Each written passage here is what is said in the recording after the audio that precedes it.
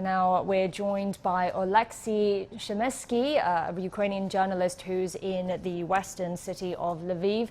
Oleksii, thank you so much for joining us. So if you could first tell us about what you've heard from around the country, and especially Kyiv, which the Ukrainian president says is going to be taken by Russian forces. Yeah, hi there. I just want to say that right now, I don't know if you can hear it, we're in a bomb shelter and we hear the announcement that the airstrikes might be coming until Lviv. I will tell a couple of words about it later. So as for the Kyiv, we all watched those very terrible news coming from the capital of Ukraine. As far as we know, the Russian forces are trying to encircle the capital of Ukraine. There are harsh fightings in the center of the city, on the outskirts of the city. We know that the Russian militaries tried to land nearby Kyiv at the town of Vasilkov. It's around 40 kilometers. And we also heard news that the Ukrainian armed forces hit one of the military airplanes that was trying to bring the Russian forces on Ukrainian ground to just drop them. So we heard that they hit one of those planes. Actually, it's pretty hard to understand what exactly is happening there right now, because people say that there are problems with the mobile connection, and the sounds of the airstrikes and of gunfights could be heard almost all over the city. But as we know for now, at least from the official sources, that the Ukrainian armed forces are holding firm. So the Russian army didn't enter the city yet. However, they're trying to do that from almost all of the sides. And it looks very, I mean, it seems that this night and probably this morning and maybe this next day will be the most important for the understanding of what's going to happen, because if they enter the city, so probably it will be much harder for Ukrainian army than to stand against them. And what about where you are, Oleksii? So you're in a bomb shelter and we know that there's a curfew in the city. Yeah, so as you said, I'm in Lviv, and from previous night, it was the first night that the local authorities imposed the curfew from 10 p.m. till 6 a.m. in the morning. So basically, the curfew just ended, but we've heard the airstrike alarm sirens ringing. They started about 5-10 minutes ago, just before we went live with you, and we heard the announcement that there might be airstrikes in the western parts of Ukraine now.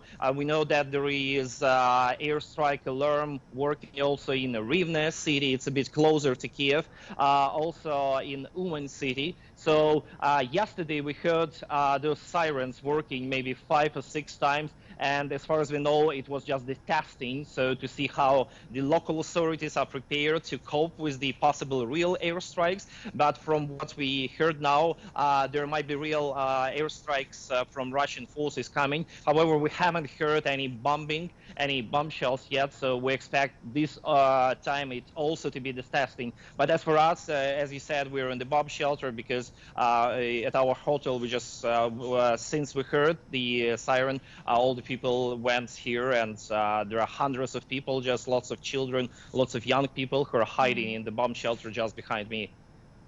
And Oleksii, so where you are, Lviv, it's 70 kilometers from the Polish border. So I have friends in Poland who've been telling me that Polish authorities are letting in all Ukrainians, aside from men between the ages of 18 and 60. But so are you seeing a lot of people passing through the city?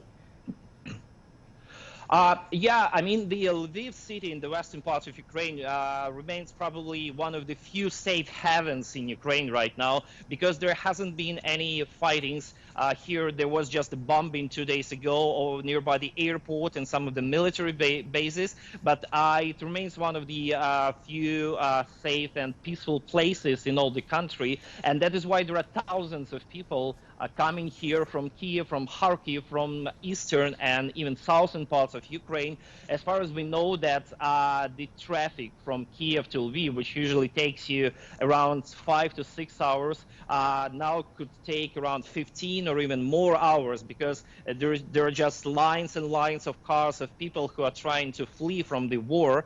And here in Lviv, usually you would see thousands of tourists, thousands of young people partying, also lots of people from Europe. You will usually see them here, but now there are almost nobody on the streets except the people with their backpacks, their bags, who are coming by trains, by buses, and some of them can't find the accommodation now, because all the hotels, all the apartments that you could book, they are just occupied right now. Some of them just stay outside on the streets, and the local authorities already said that they are preparing the refugee camps for those people now to stay overnight on the streets and to have some warm bed and shelter. And as for the lines to the European lines of people who want to flee to the Europe, as far as we know, that there are thousands of cars at the border with Poland, with Slovakia, with Hungary, and some of the people whom we talked to, some of our friends and colleagues, they say that it takes you 15, 20 or even more hours to get to the border when you're standing in that line. And we know that European Union, the countries that are neighboring Ukraine, agreed to take almost everyone. So even without the PCR test, without all those papers, even without the passport, as we heard, they just opened what a so-called green line for the people just to enter, for the people to who want to take a refugee. But the Ukrainian government, President Zelensky, said that all the men aging from 18 to 60 years old can't leave the country right now because of the mobilization, because of the war. So what we know that some people, they just take their children, their wives, their loved ones, they bring them to the border, and then they go back and go to the military recruitment centers and go to the war. So that's what's happening here right now. Oleksii, listen, thank you so much. We really appreciate you talking to us, and please take care. That's Ukrainian journalist Oleksii Pshemyskyi, who's in Lviv for us.